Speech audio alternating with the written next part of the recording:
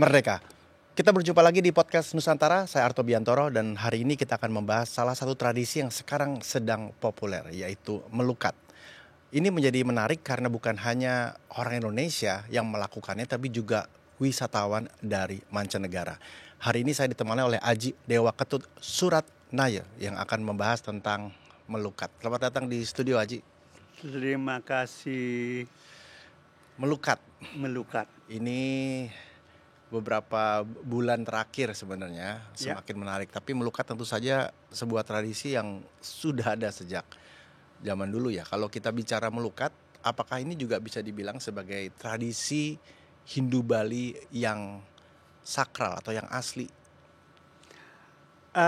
Sebetulnya tidak ya. Karena kalau saya lihat yang namanya melukat itu kan bukan hanya di Bali.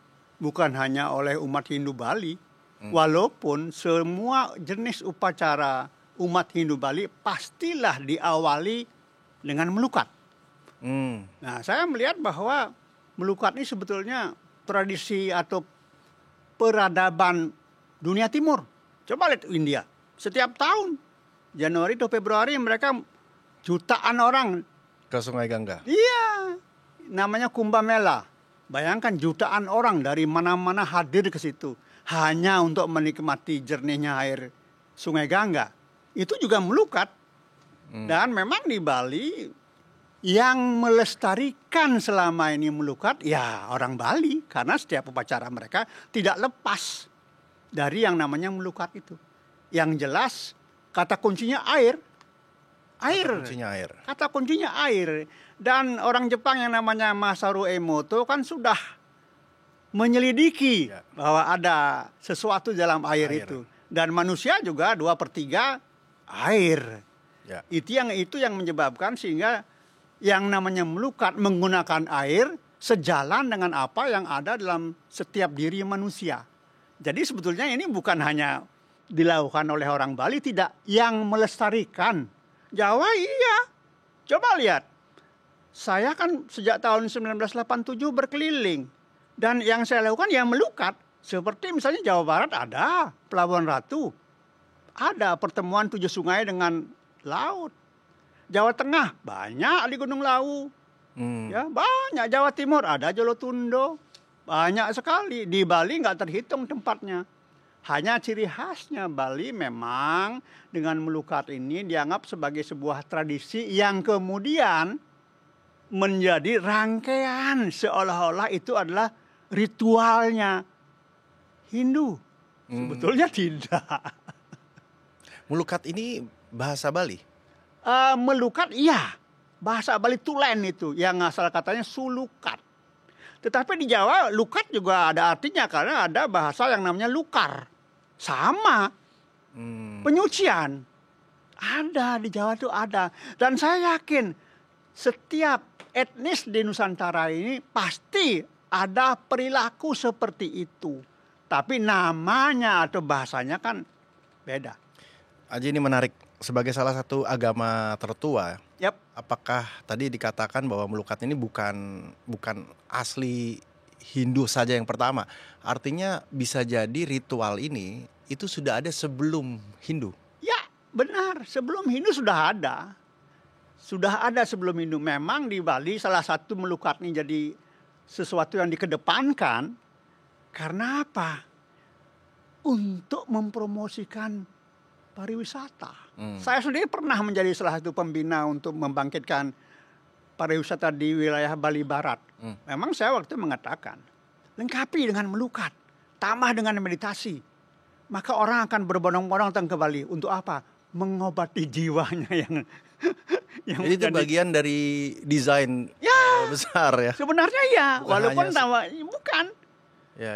Desain besar, walaupun itu memang tidak disadari oleh orang Bali sendiri bahwa mereka sudah membuat sebuah desain untuk itu.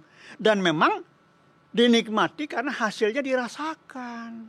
Dari pengalaman, apakah artinya orang-orang dari mancanegara yang melakukan proses melukat ini sebenarnya sudah ada sejak zaman dulu juga. Sudah ada sejak zaman Belanda pun sudah ada. Artinya bukan hanya orang Bali ya, non-Bali pun melakukan proses melukat. Non-Bali sudah melakukan itu. Ya ini mungkin karena media sosial, media yang Benar, lain. benar sekali. Media sosial lah yang sebetulnya secara tidak langsung mempromosikan.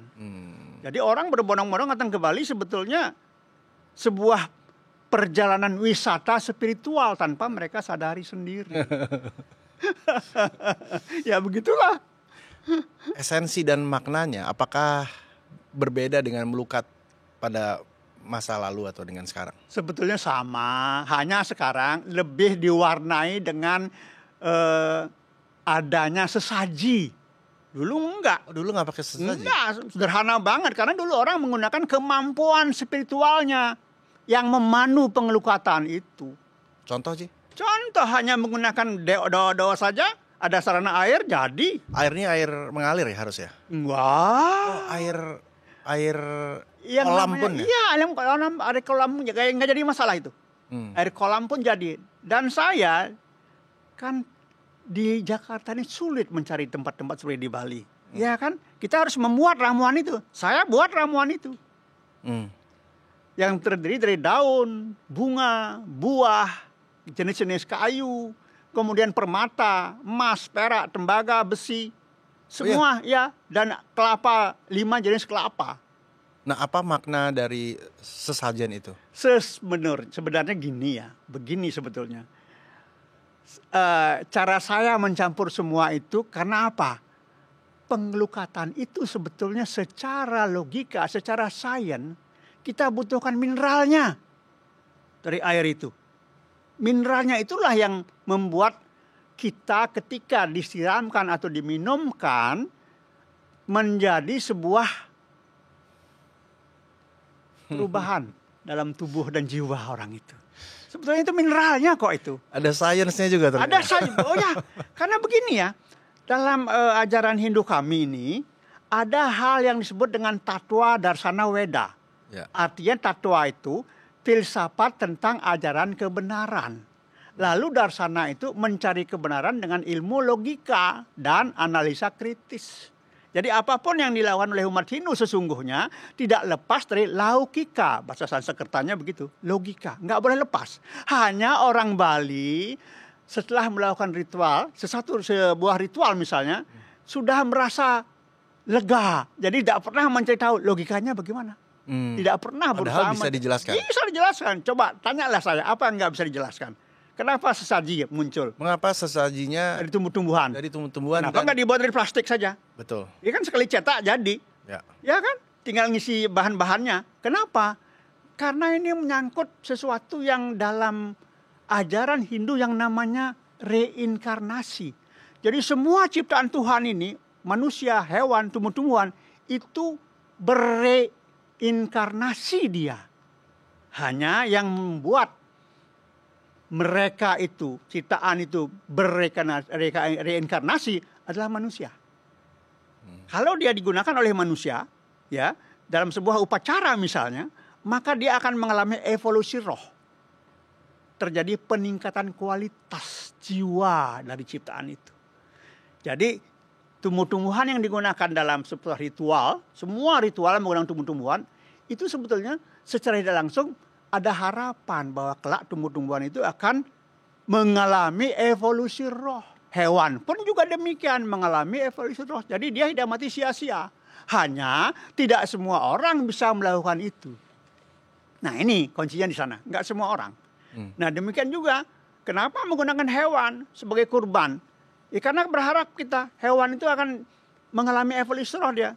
Kalau dia reinkarnasi nggak ada di hewan lagi. Atau dia di hewan dengan tingkatan jiwa yang lebih tinggi. Seperti itu. Mungkin ayam jadi burung misalnya. Dan saya lakukan itu. Ya, saya lakukan itu. Nah, kepopuleran melukat hari ini kemudian disandingkan dengan pariwisata. Ya. Apakah Aji kemudian melihatnya juga ada sisi negatifnya, ada sisi positifnya tentu saja. Kalau ada negatifnya apa? Apakah mungkin kemudian menjadi lebih kurang spiritual kah gitu? Enggak. Jadi begini, lebih banyak positif sebetulnya. Ya, lebih banyak positif. contoh saja, orang yang mengalami kegelisahan atau mengalami katakanlah menderita sakit, ya, namun medis tidak mampu menyelesaikan, tidak mampu menyembuhkan misalnya. Ada sesuatu yang bersifat non medis di sana yang harus dihilangkan dulu, baru medis bisa bekerja. Ya. Seperti itu. Itu contoh saja ya. Ya. Nah, lain lagi misalnya orang selama ini merasa hidupnya kok susah saja, kok apapun yang dia lakukan selalu ada kendala. Ya. Mungkin itu bukan dari luar, dari dalam sendiri. Sehingga dengan pengelukatan ini sebetulnya dia bisa berubah. Banyak sebetulnya yang kita bisa lakukan dari ini. Dan kita bisa membuka tabir permasalahan dari seseorang yang dia sendiri tidak sadar bahwa ada masalah di sana. Dibongkar nanti, oh ternyata orang ini lu pernah aborsi. Artinya apakah melukat ini harus didampingi gitu oleh seseorang yang paham? Jadi begini, kalau selama ini di Bali melukat dilakukan secara mandiri, hanya datang ke sebuah tempat, kemudian dia mandi di sana, tapi dia hanya merasakan sesuatu yang berubah, tapi dia nggak tahu. Seharusnya melukat itu, kalau kami ya di Jakarta ya, saya dengan istri kalau melakukan melukat itu, kita akan mengevaluasi secara metafisik apa yang terjadi dengan orang ini, apa kekurangannya, apa kelebihannya. Termasuk secara psikologis. Oh iya, jelas psikologisnya, ini psikisnya. science nih berarti ya. Science jelas. Seperti itu. Kalau artinya begini, ada melukat-melukatan. Kalau tadi ya, artinya masuk ke kolam tanpa. Jangan dibilang melukat-melukatan, nanti marah mereka. Ya, artinya prosesnya dilakukan tanpa pendampingan ya. Tanpa pendampingan, artinya nggak ada yang memandu. Tidak ada yang memandu. Makanya di Bali kemudian ditambah kelengkapan dari melukat itu dengan sesaji sehingga kelihatan bahwa itu sebuah ritual. Ada yang memandu. Dan nanti setelah dilukat oleh sang pemandu, dia akan menjelaskan ada sesuatu yang positif di Anda, tapi ada juga yang negatif. Nah ini Anda harus selesaikan yang negatif ini. Itu yang sebenarnya kalau bicara melukat ya itu berarti ya. Sebetulnya intinya itu. Proses pembersihan diri yang didampingi oleh seseorang yang paham untuk itu atau punya kemampuan untuk itu, sehingga yang namanya melukat itu banyak masalah-masalah, apakah itu bersifat kejiwaan, bersifat bisa diselesaikan. Meskipun secara pribadi kalau yang bersangkutan nih melakukannya sendiri ya nggak apa-apa juga. Nggak apa-apa, bisa. Saya bisa berikan sesuatu misalnya di luar di Jakarta misalnya, kan kita sulit mencari tempat seperti di Bali. Ya. Saya bisa memberikan sesuatu misalnya, oke pakai ini doanya ini, silahkan. Kalau bicara proses melukat itu sendiri, apa yang harus dipersiapkan secara pribadi aja? Katakanlah misalnya saya tinggal nyemplung ke kolam renang, lalu saya bilang itu melukat gitu kan. Nah apa yang harus dipersiapkan? Sebetulnya persiapan diri itu yang penting lakukan dengan ikhlas. Kemudian sungguh-sungguh, tidak main-main, tidak iseng-iseng, ya. Sehingga tubuh itu pun siap menerima sesuatu yang sifatnya positif. Kan begitu melukat. Ya, siapkan diri Anda, ya, secara fisik maupun secara kejiwaan, bahwa saya melakukan ini dengan tujuan, dengan harapan. Dalam doa Anda bisa melakukan itu. Baru itu bukan melukat-melukatan. Ya. Artinya proses ini bisa dilakukan berkali-kali. Oh iya. Dan merupakan bagian dari kontemplasi, renungan, memperbaiki diri terus-menerus. Betul. Kenapa berkali-kali? Ingat, sehari 8 jam kita melek. Ya. Apakah ada jaminan selama 8 jam itu kita berpikir lurus, berkata-kata lurus, dan bertindak lurus? Nggak ada. Setiap Anda melakukan kesalahan, selain mencemari jiwa Anda, maka itu juga mencemarkan alam. Anda bertanggung jawab terhadap apa yang membuat alam itu tercemar. Ya. Sehingga dengan melukat sebetulnya membersihkan kembali diri dan jiwa Anda ini, dan juga membuat alam kembali bersih. Itu masalahnya. Berapa kali, Haji? Melukatnya? Sebetulnya setiap 6 bulan itu sudah bagus. Setiap kalau orang Jawa bilang weton ya. Ya. Setiap hari kelahiran itu sudah cukup. Ya. Ya, sudah cukup sebetulnya. Walaupun sebetulnya kalau orang Bali yang beragama Hindu, setiap purnama, bulan purnama dan bulan gelap, di pura itu mereka mendapat pengelukatan. Di pura itu sebelum masuk ke dalam yang namanya mandala utama, itu yang namanya ruang yang paling suci, itu ada disediakan air pengelukatan di sana. Ya. Mereka pakai itu. Setelah masuk ke ruang itu, ya, juga mengalami pengelukatan lagi. Jadi berkali-kali dilakukan. Jadi setiap bulan purnama, bulan penuh, dan bulan gelap. Mereka lakukan itu di pura.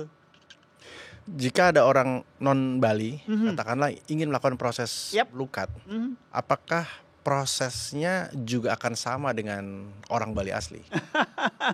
Sama sebetulnya. Saya melakukan itu dari teman-teman yang bukan penganut Hindu, kita lakukan dengan cara kita. Dengan cara yang sama. Tapi lebih sederhana. Lebih sederhana. Dan kita jelaskan bahwa kami ini umat Hindu, sehingga apa yang kami lakukan mungkin berbau Hindu tapi tidak merubah keyakinan Anda. Anda Muslim akan tetap Muslim, tidak akan hilang kemusliman Anda. Kita jelaskan seperti itu. Jadi banyak yang kita lakukan. Bahkan dulu saya punya tim, ada Muslim, ada Protestan, ya, ada Buddha, ya, kita lakukan. Kita keliling dulu hampir 10 tahun saya, tahun 87 sampai tahun 98 itu karena kemudian Krismon 98 kita berhenti, takut nggak lagi berkeliling. Seperti itu. Jadi kita tahu di Jawa Barat di mana tempat-tempatnya, Jawa Tengah di mana, Jawa Timur di mana, di Bali di mana. Di Bali sebetulnya yang paling bagus itu, paling baik itu kalau kita melukat dapat tempat air, pertemuan antara air tawar dengan air laut. Itu yang maaf di Bali kurang populer itu. Dan di sana Anda nggak usah pakai pemandu. Otomatis tempat itu memang sakral sekali. Cerita bagaimana caranya kita bisa mengetahui tempat ini sakral atau tidak sakral? Tergantung tingkat kepekaan Anda. Anda peka nggak? Nggak usah harus melihat dengan mata terbuka, mendengar dengan telinga, enggak. Justru kalau bisa kita melihat dengan mata tertutup.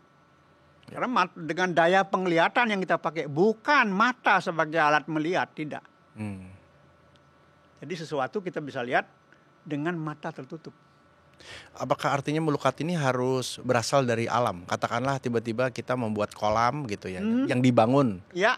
Modern hari ini. Tidak harus dari alam. Oh, tidak harus dari alam. Kalau tempat itu kita bisa lakukan sesuatu sehingga membuat tempat itu menjadi sakral, ya bisa dipakai. Kenapa tidak?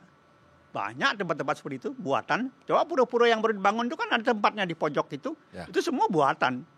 Ya. Tapi bisa dipakai untuk itu. Ya. Malah saya biasanya membuat pakai ember.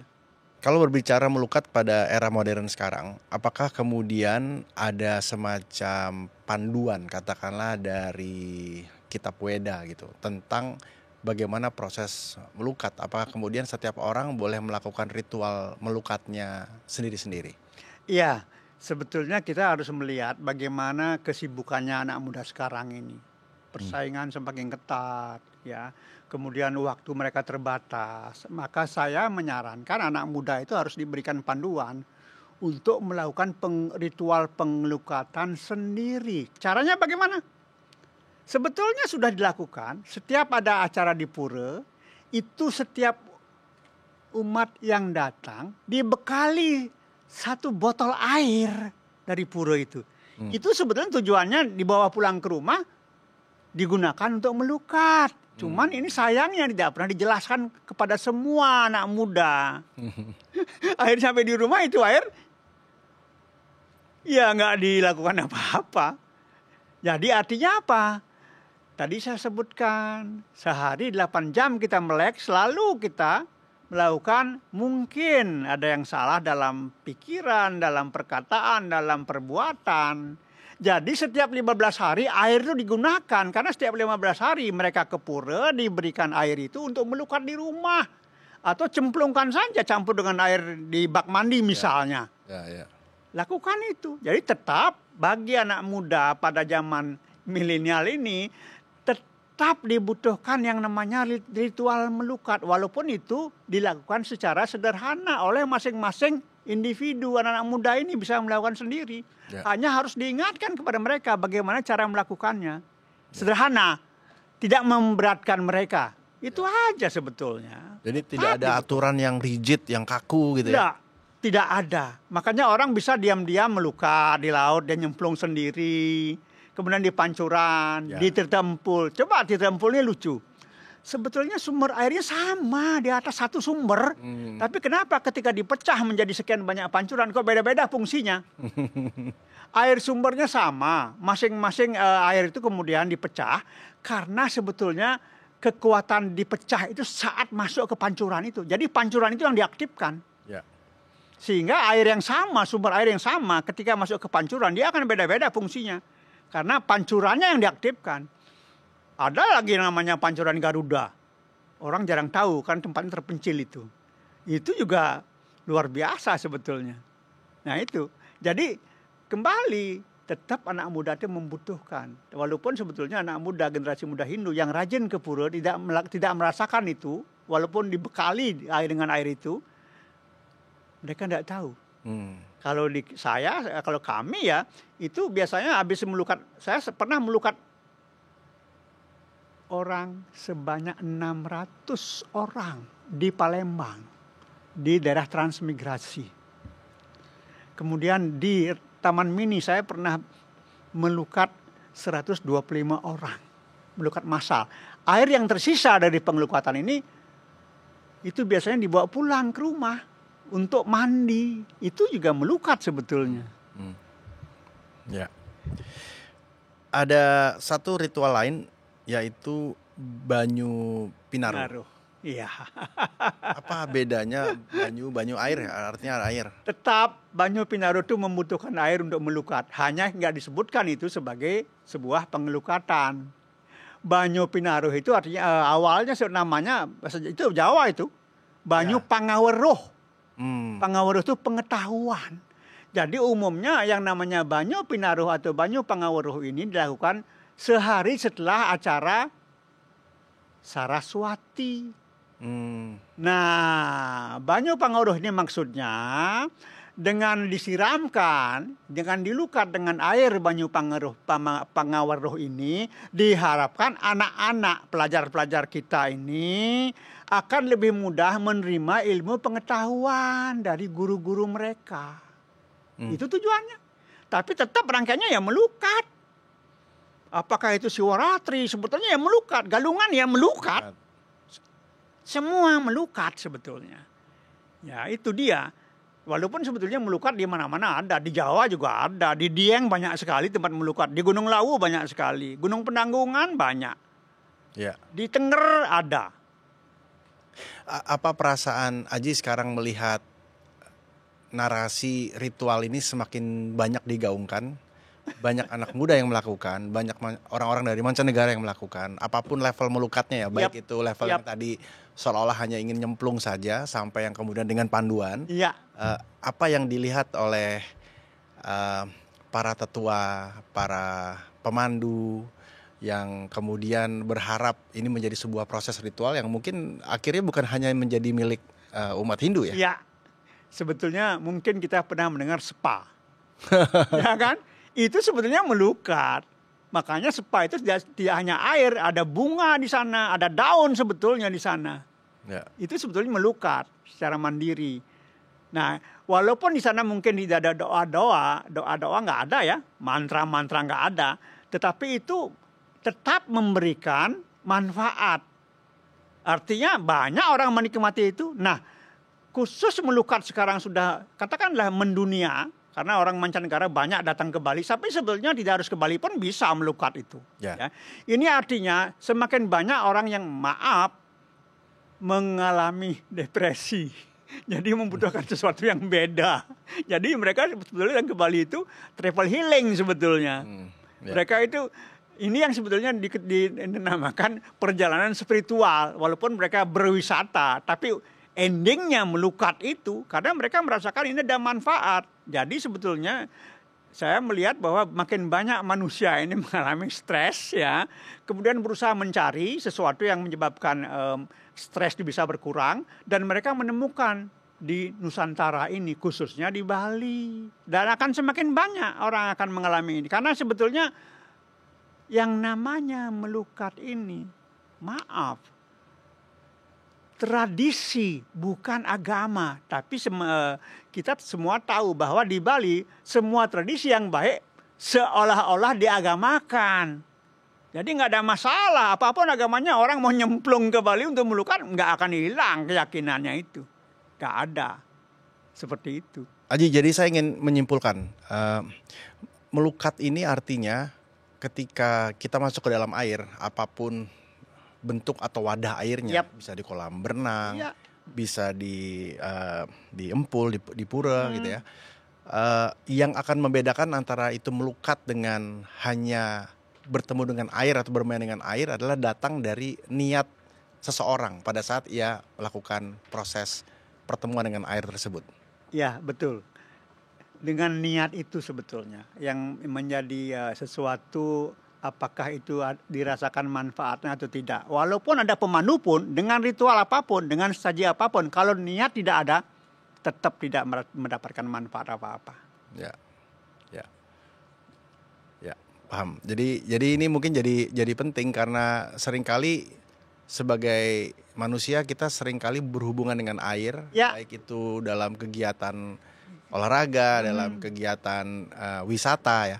Tapi kemudian yang akan membedakan kita pada saat kita merasakan ini adalah proses melukat adalah ketika kita meniatkan itu sebagai sebuah proses. Bukan pada ritualnya. Bukan pada ritualnya. Kuncinya di niat sebetulnya. Ya, di niat. Seperti itu. Ya. Pertanyaan terakhir, apa yang Aji ketahui ketika sekarang ritual ini menjadi bagian dari dunia? Apa yang dirasakan oleh orang-orang di Bali katakanlah melihat ritual ini menjadi bagian dari milik dunia? Ya, tentu ini merupakan sebuah perubahan yang mengembirakan sebetulnya. Artinya orang Bali merasa bahwa ada hal-hal yang katakanlah bersifat kebalian mulai dirasakan tidak hanya oleh orang Bali tapi juga oleh orang-orang luar Bali dan termasuk mancanegara. Mulai merasakan sesuatu yang sebetulnya bernilai yang mereka miliki yang selama ini mungkin agak terabaikan. Tetapi ketika dunia sekarang merasakan manfaatnya, mulailah katakanlah orang-orang di Bali ini merasakan bahwa apapun yang mereka miliki ternyata bermanfaat untuk masyarakat dunia. Senangnya begitu, dan semoga Bali terus menghasilkan proses-proses seperti itu ya. Seperti itu yang menyadarkan kita dengan alam, dan kayaknya kangen untuk kembali lagi. Betul. Baik, terima kasih Haji. Nanti kita berbincang-bincang lagi. Hari ini kita sudah semakin jelas memahami melukat dalam konteks ritual, dalam konteks makna yang sesungguhnya, dan ternyata melukat ada di seluruh Indonesia juga. Terus pahami dan cintai negeri ini dengan berbagai macam cara. Anda bisa melakukannya dan menikmati tayangan-tayangan kami lainnya. Silakan unduh di channel kami di YouTube channel dengan nama Podcast Nusantara atau saksikan di Daai Plus. Podcast Nusantara, hidupkan cinta Indonesia.